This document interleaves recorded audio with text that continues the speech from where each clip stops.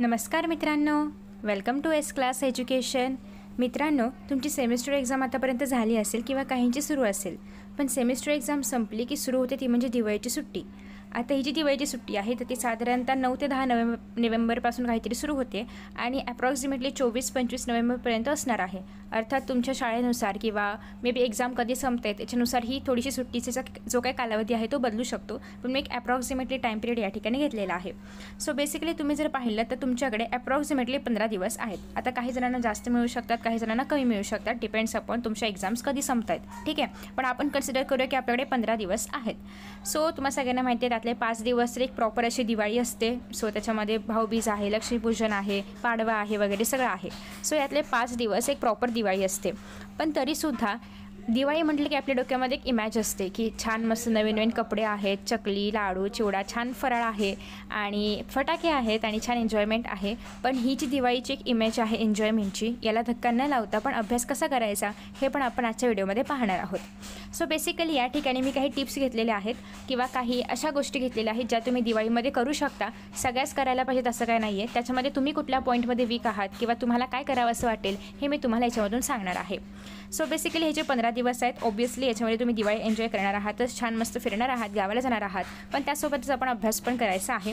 आता हा व्हिडिओ कुठल्याही एका स्टँडर्डला असं धरून नाही आहे, शक्यतो मी हा व्हिडिओ 8, 9, 10 या तिन्ही स्टँडर्डवरती फोकस करण्यासाठी बनवलेला आहे। 11, 12चा व्हिडिओ सेपरेट येईल, ठीक आहे। सो बेसिकली 8वी, 9वी, 10वी या पिरियडमध्ये जे काही लोक आहेत, या स्टँडर्डमधले जे काही लोक आहेत त्यांच्यासाठी हा व्हिडिओ आहे। सो बेसिकली आपलं हेच टॅगलाईन आहे की एन्जॉय दिवाळी विथ स्टडी। आपल्याला दिवाळी बाजूला ठेवून अभ्यास करायचा नाही किंवा अभ्यास बाजूला ठेवून दिवाळी एन्जॉय करायची नाही आहे, दोन्ही आपल्याला पॅरलली करायचं आहे। हे कसं तर आपण पूर्ण वेळ अभ्यासही नाही करणार आहोत। मग नेमकं काय करायचं तर बघूया। सगळ्यात पहिल्यांदा मे बी तुम्हाला शाळांमधून काहीतरी लिखाणकाम दिलेलं असू शकतं की हे होमवर्क करून आणा, ते काहीतरी गृहपाठ करून आणा, याच्यावरती निबंध लिहून आणा किंवा हा एखादा पॅरेग्राफ लिहून आणा, असं काहीतरी रायटिंग वर्क दिलं असेल। मग हे रायटिंग वर्क कधी करायचं? आता अजून दिवाळी सुरू नाही झाली आहे, ठीक आहे, पण तुम्हाला जर आता सुट्ट्या असतील, बघा बाहेर फटाक्यांचा पण आवाज येतोय, बट आता अजून दिवाळी सुरू नाही झाली आहे, पण तुम्हाला आत्ता पण सुट्ट्या असतील त्या दिवाळी सुरू होण्याआधी आणि आत्ता ज्या सुट्ट्या लागल्या आहेत या वेळेमध्ये हे जे काही रायटिंगचं काम असेल, अगदी तुम्ही दिवसात 1 तास जरी काढला तरी पण इतकं काही खूप काही रायटिंगचं वर्क नसतं। सो दिवसात 1 तास काढा सकाळचा, 1 तास काढा संध्याकाळचा आणि तुम्ही ते कंप्लीट करून टाका, कारण हे परत आपल्याला ठेवायचंच नाही कंप्लीट करायला, जे काय करायचं ते आत्ताच कंप्लीट करायचं आहे, ठीक आहे। सो जे काय रायटिंग वर्क असेल, जे काय प्रॅक्टिकल बुक कंप्लीट करायचं आहे, बाय द वे 10वीला जर तुम्ही असाल तर मी पूर्ण प्रॅक्टिकल बुक जी आहे आपल्या सायन्सची तर ती अपलोड केली आहे। सो प्लीज फटाफट ती बुक कंप्लीट करा, कारण तुमच्या एक्झाम जवळ येत आहेत। सो एक्झामसाठी असं काही ठेवू नका, ठीक आहे। सो पहिली गोष्ट आहे ती म्हणजे रायटिंग वर्क कंप्लीट करणं। आता मे बी तुमचं असं असेल की आम्हाला काहीच रायटिंग वर्क नाही आहे बाबा, असं जर काही असेल तर काय करायचं मी तुम्हाला सांगते। आता जस्ट तुमच्या सेम 1च्या एक्झाम्स झालेल्या आहेत, म्हणजे सेमिस्टर 1च्या एक्झाम्स संपलेल्या आहेत, फर्स्ट सेमिस्टर संपलेली आहे। मग याच्यामध्ये ऑलमोस्ट 50% सिलेबस तुम्हाला एक्झाममध्ये विचारला गेला असेल। मग जर तुम्ही जेव्हा पेपर दिला तेव्हा तुम्हाला कळलं असेल की याच्यातला कुठला टॉपिक माझा वीक आहे किंवा काय मला येत नव्हतं किंवा काय कुठल्या ठिकाणी मी कमी पडते किंवा कमी पडतो आहे। सो ते जे काही टॉपिक्स आहेत ते तुम्हाला या सुट्टीमध्ये पक्के करायचे आहेत, कारण हा जो पूर्ण सिलेबस आहे, तुम्ही जर 9वीला असाल, 10वीला असाल तर सेम 50% सिलेबस आत्ताचा आणि 50% सिलेबस सेमिस्टर 2चा मिळून तुम्हाला फायनल एक्झामला विचारला जातो। त्याच्यामुळे तुम्हाला आत्ताच हा जो काही 50% मधल्या सिलेबसमधलं जे तुम्हाला काही येत नाही आहे हे सगळं तुम्हाला या सुट्टीमध्ये कंप्लीट करायचं आहे, कारण अशी मोठी सुट्टी आता ही शेवटचीच आहे, याच्यानंतर डिरेक्टली दिवाळीची सुट्टी लागते सेमिस्टर एक्झाम संपल्यानंतर किंवा फायनल एक्झाम संपल्यानंतर। त्याच्यामुळे ही मोठी सुट्टी आत्ताच आहे, परत हे येणार नाही आहे। त्याच्यामुळे तुम्हाला जे काही 50% मधलं कंप्लीट करायचं आहे त्या सिलेबसमधलं, त्याच्यामध्ये एक्झाम होऊन गेलेली आहे तर ते आत्ताच करायचं आहे। आणि ते जर तुमचं असं असेल की नाही मला सगळं येते 50% म्हटलं तर त्याला रिवाईज करत राहायचं आहे, कारण हा सिलेबस तुम्हाला पुन्हा एकदा फायनलच्या वेळेस लागणार आहे। त्याच्यामुळे प्लीज हा सिलेबस रिवाईज करा किंवा एखादा टॉपिक वीक असेल त्याला स्ट्रॉंग करा, एखादा स्ट्रॉंग असेल त्याच्याशी रिलेटेड अजून प्रश्न सोडवण्याचा प्रयत्न करा। सो हे एक तुम्ही दिवाळीच्या सुट्टीमध्ये करू शकता, ठीक आहे। पण तुमचं असं असेल की माझं सेमिस्टर 1 एकदम क्लिअर आहे, मला याच्यामध्ये काही डाऊट नाही आहे किंवा मला आता सध्या काही रिवाईज करायची तितकीशी गरज नाही आहे, सिलेबस एकदम पक्का आहे, असं जर असेल मी तुम्हाला टप्पे देते। हा जर तुमचं रायटिंग वर्क नसेल, ॲक्च्युली या ठिकाणी कंप्लीट पाहिजे होतं, बट इट्स ओके, चलो होता येतं आहे कंप्लीट, ओके ठीक आहे। सो बेसिकली जर तुमचं रायटिंग वर्क काही नसेल तर तुम्ही सेमिस्टर 1चा सिलेबस रिवाईज करणार आहात। जर तुमचं सेमिस्टर 1चा सिलेबस रिवाईज करून झालं आहे, तुम्हाला माहिती आहे की तुम्हाला काय काय येतं किंवा जे येत नाही आहे ते पण थोडंसं आहे आणि तुम्ही ते कधी पण कव्हरअप करू शकता असं असेल तर मग आपण जाऊया सेकंड पॉईंटकडे, ते आहे स्टार्ट सेम 2चा सिलेबस। कारण तुम्ही जर पाहिलं तर दिवाळी जेव्हा संपते तेव्हा नोव्हेंबर महिना संपतोय, दिवाळीची सुट्टी संपली की नोव्हेंबर महिना संपतोय, मग नोव्हेंबर संपला की डिसेंबर चालू होतो, जानेवारी चालू होतो आणि फेब्रुवारी. हेच एवढेच महिने तुमच्याकडे आहेत, डिसेंबर, जानेवारी, फेब्रुवारी. परत तुमची फायनल एक्झाम सुरू होईल. सो त्याच्यामुळे तुम्हाला सेमिस्टर 2साठी इतका मोठा वेळ मिळणार नाही जेवढा सेमिस्टर 1ला होता. त्याच्यामुळे तुम्हाला सेमिस्टर 2चा अभ्यास करायला आत्ता सुरुवात करायची आहे. कारण परत काय होतं की दिवाळीची सुट्टीमध्ये गेल्यानंतर परत थोडं पुन्हा एकदा रुटीन सुरू व्हायला वेळ लागतो आणि मग त्याच्यामध्ये वेळ गेला की परत मे बी कॉलेजेसमध्ये किंवा शाळांमध्ये किंवा क्लासमध्ये सिलेबस थोडासा पळवला जाऊ शकतो. मग त्याच्यामुळे तुम्हाला आत्तापासूनच किंवा आधीपासूनच पुढे काय शिकवणार आहेत आपल्याला कळतंच ना की आता पहिले 1 ते 5 चॅप्टर आता होऊन गेले, तर ऑब्व्हियसली 6 ते 10 चॅप्टरमधलंच काहीतरी शिकवलं जाणार. मग तुम्हाला असे काहीतरी चॅप्टर्स करून ठेवायचे आहेत जो विषय तुम्हाला अवघड वाटत असेल.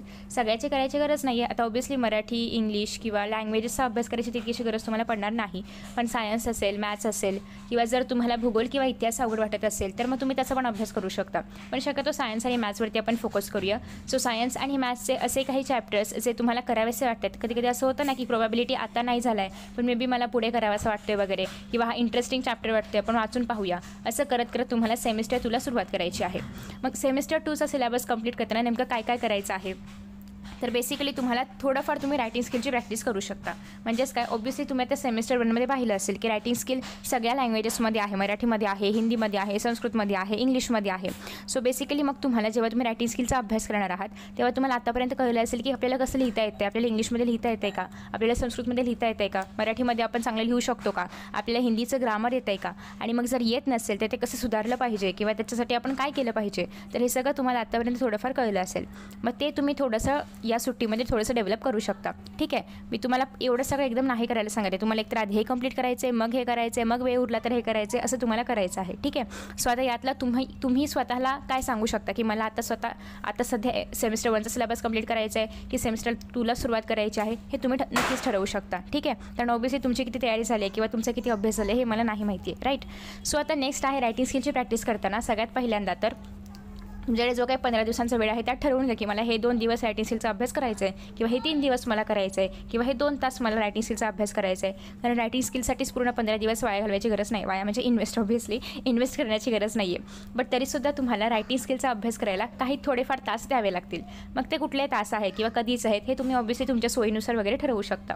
मग रायटिंग स्किलमध्ये काय केलं पाहिजे, तुमचे कुठले टॉपिक्स वीक असतील, रिपोर्ट रायटिंग वीक आहे का, स्पीच रायटिंग वीक आहे का, किंवा डायलॉग रायटिंग वीक आहे का, जे कुठला टॉपिक वीक असेल तो तुम्ही प्रॅक्टिस करू शकता. समरीमध्ये काही प्रॉब्लेम्स आहेत का. बाय द वे हे सगळे जे काही रायटिंग स्किलचे टॉपिक्स आहेत ते मी सगळे अपलोड केलेले आहेत. तुम्हाला खाली डिस्क्रिप्शन बॉक्समध्ये या सगळ्यांच्या लिंक्स पाहायला मिळतील. एक एक्सेल शीट मी बनवली आहे, त्याच्यावरती क्लिक करा आणि 10th स्टँडर्डच्या सेक्शनमध्ये किंवा 9th स्टँडर्डच्या सेक्शनमध्ये तुम्हाला हे सगळे व्हिडिओज पाहायला मिळतील. नेक्स्ट आहे सिमिलरली संस्कृतसाठी जे आपले चार्ट्स आहेत, नाम, सर्वनाम असेल, क्रियापद असेल, हे जे काही चार्ट्स आहेत ते सगळे तुम्हाला चार्ट्स पाठ करावे लागतात. माहिती आहे ना, 9वी 10वी 8वी सगळ्यांसाठी हे चार्ट्स आहेत. सो ते चार्ट्स पाठ करायला सुरुवात करा, किंवा पाठ झाले असतील तर रिवाईज करायला सुरुवात करा.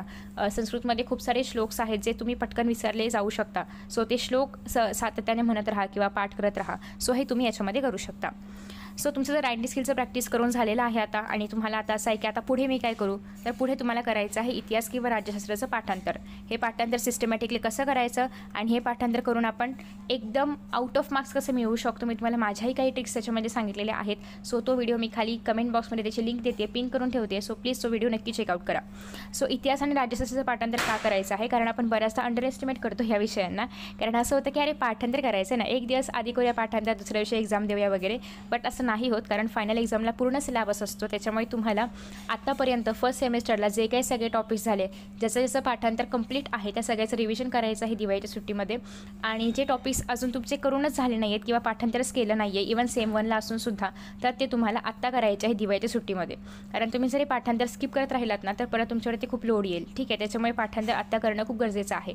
आणि पाठांतर फक्त पाठांतर नाही करायचं आहे, ते एक सिस्टमॅटिक वेने कसं करायचं हे मी तुम्हाला ऑलरेडी सांगितलेलं आहे त्या व्हिडिओमध्ये. प्लीज तो व्हिडिओ नक्की पहा. सो नेक्स्ट आहे, तुम्हाला जर असं वाटते की आता काय इतिहास राज्यशास्त्र नको बाबा करायला, आपल्याला येतं ते, असं जर काही असेल तर मग तुम्ही जाऊ शकता भूगोलाकडे. मग भूगोलचे जे काही मॅप्स आहेत, आता मॅप्स 10वीला तुम्हाला माहिती आहे ब्राझील आणि इंडिया दोघांचेही मॅप्स आहेत. आणि ऑब्व्हियसली बऱ्याचदा आपल्याला भारताचा मॅप माहिती असतो कसा भरायचा, कुठलं राज्य कुठे आहे, किंवा मॅपमध्ये नेमकं एक ठिकाण माहिती असतं. पण ब्राझील पूर्णतः नवीन आहे. ब्राझीलचं आपल्याला काहीच माहिती नाही अजून तितकंसं, की कुठलं ब्राझिलिया कुठे आहे, रिओ दि जेनेरिओ कुठे आहे, साओ पावलो कुठे आहे, इतकं माहिती नाही आहे आपल्याला.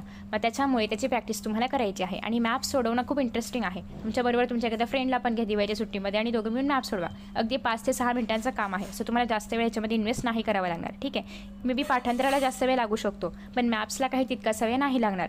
तुम्ही अगदी 15 दिवसातून 1 तास जरी काढला तरी पण तुमच्या त्या एका तासामध्ये 10 ते 15 मॅप्स सॉल्व्ह करून होतील. एवढे अभ्यास आपल्याला नाही करायचे, पण तुम्ही थोडासा वेळ काढून आरामात मॅप्सची प्रॅक्टिस थोडीफार करू शकता. कारण बोर्डाच्या परीक्षेला मॅप्स आहेत. इवन 9वीला पण बरेचसे मॅप्स आहेत. इवन डायरेक्टली फील करायला नाही आहेत, पण मॅप नकाशा वाचन तरी आहे तुम्हाला. ठीक आहे. त्याच्यामुळे तुम्ही ते करू शकता भूगोलामध्ये. आफ्टर दॅट नेक्स्ट आहे मॅथ्सचा तुम्हाला अभ्यास करायचा आहे सेमिस्टर 2साठी. कसा करायचा आहे, कुठलेही 2 चॅप्टर घ्यायचे आहेत. मॅथ्स 1मधले 2 घ्या, मॅथ्स 2मधले 2 घ्या, नाहीतर मॅथ्स 1मधला एक, मॅथ्स 2मधला एक, कसं पण घ्या. ठीक आहे. तुम्हाला जे कुठले चॅप्टर्स हवे आहेत, तुम्हाला सेमिस्टर 1चे रिव्हिजन करायचे असेल सेमिस्टर 1चे चॅप्टर्स घ्या, किंवा तुम्हाला सेमिस्टर 2चे नवीन काही चॅप्टर्स शिकायचे आहेत. तुम्हाला माहिती आहे यूट्यूबवरती सगळं अवेलेबल आहे आणि आहे ना, तुम्ही सगळे यूट्यूबवरूनच शिकता. सो बेसिकली त्याच्यामुळे तुम्हाला यूट्यूबवरून कुठल्याही टीचरला फॉलो करा, काही पण करा. आणि मॅथ्स 1, मॅथ्स 2 यांच्यापैकी कुठलेही 2 चॅप्टर्स तुम्हाला करायचे आहेत. ठीक आहे. हे तुम्हाला करायचं आहे दिवाळीच्या सुट्टीमध्ये. हवं तर इझी चॅप्टर्स घ्या, हवं तर डिफिकल्ट चॅप्टर्स घ्या, काही पण करू शकता. ठीक आहे. किंवा जर तुमचं असं असेल की सेमिस्टर 1मधलेच चॅप्टर्स क्लिअर नाही आहेत, तर आधी सेमिस्टर 1चे चॅप्टर्स क्लिअर करू शकता, कुठलेही 2. सो बेसिकली हे तुम्हाला करायचं आहे. याला थोडासा जास्त वेळ लागेल, सो त्याप्रमाणे तुम्ही नियोजन करू शकता. नेक्स्ट आहे सायन्सचं तुम्हाला रीडिंग करायचं आहे. रीडिंग म्हणजे काय, तर तुम्ही स्वतःहून सेल्फ स्टडी करून जर तुम्हाला समजत असेल एखादी चॅप्टर, तर तुम्ही सेल्फ स्टडी करू शकता. किंवा तुम्हाला वाचून समजण्यापेक्षा जर ऐकून समजत असेल, कोणीतरी शिकलेलं समजत असेल, तर तुम्ही यूट्यूबवरचे व्हिडिओज पाहू शकता. बाय द वे मी पूर्ण सिलेबस कवर केलेला आहे सायन्स 1 आणि 2 दोघांचा सुद्धा, 10वीचा. ओके. सो तुम्ही ते पण व्हिडिओज चेकआउट करू शकता. सो आता या ठिकाणी तुम्ही काय करू शकता की सायन्स 1चा एक चॅप्टर, सायन्स 2चा एक चॅप्टर, किंवा कुठला तरी एका सायन्स 1चेच 2 चॅप्टर, काही पण करून तुम्हाला 2 चॅप्टर करायचे आहेत.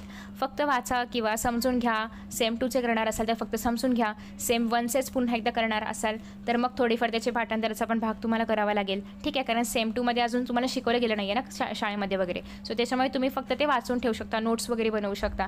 पण सेमिस्टर 1 शिकवून झाले, परीक्षा पण झाली आहे, सो तुम्हाला माहिती आहे की मला काही येत नाही आहे किंवा कशामध्ये अडकते मी वगैरे, जे काय असेल ते. सो ते तुम्हाला कवर करायचं आहे दिवाळीच्या सुट्टीमध्ये. सो बेसिकली आय थिंक की मी सगळे विषय कवर केलेले आहे त्याच्यामध्ये. आणि बाकी तुम्हाला जर एक्स्ट्रा काही हवं असेल की अजून काय केलं पाहिजे, तर अजून तुम्ही एन्जॉय करू शकता. एवढं केलं तर पुरेसं आहे, मोर दॅन इनफ आहे. बाकीच्या वेळी तुम्ही आरामात एन्जॉय करू शकता. आणि याला तुम्ही दिवस ठरवून द्या की पाठांतर म्हणजे अख्खं पुस्तक तुम्हाला ऑब्व्हियसली नाही पाठ करायचं. इतिहास आणि राज्यशास्त्रासाठी कुठलेही 2 धडे तुम्ही निवडू शकता. कुठलेही 2 जे तुम्हाला हवे असतील किंवा करावेसे वाटत असतील. ऑब्व्हियसली खेळ आणि इतिहास खूप इझी चॅप्टर आहे, तुम्ही तो पण घेऊ शकता. बेसिकली अभ्यास केल्याशी मतलब आहे, तुम्ही कुठला चॅप्टर घेताय, काय करताय याच्याशी नाही. ठीक आहे. काय करताय, ऑब्व्हियसली अभ्यास करताय, हे महत्त्वाचं आहे. बट कुठले चॅप्टर तुम्ही घेताय ह्याला इम्पॉर्टन्स नाही आहे, पण तुम्ही अभ्यास करताय याला महत्त्व आहे. सो त्याच्यामुळे माझ्या मते तुम्ही असं काही करू शकता. वेळ सकाळची घ्यायची, संध्याकाळची घ्यायची, दुपारची घ्यायची, रात्रीची घ्यायची, तुमच्यावरती आहे. बट तुम्ही तुमचे टार्गेट स्वतः ठरवू शकता. मी तुम्हाला फक्त एक रोडमॅप दिला आहे की तुम्ही काय काय केलं जाऊ शकतं या सुट्टीमध्ये, तुम्हाला काय काय करता येऊ शकतं. तर बेसिकली काय करायचं आहे, काय नाही करायचं, हे ऑब्व्हियसली तुमच्यावरती आहे. कारण after all it's your life. Okay. So I hope की तुम्हाला एक बेसिक आयडिया मिळाली असेल. आणि thank you so much for watching this video. आणि सगळ्यात महत्त्वाचं म्हणजे हॅपी दिवाळी. दिवाळीमध्ये खूप एन्जॉय करा, छान थोडासा अभ्यास पण करा. आणि bye bye. Thank you so much for watching this video.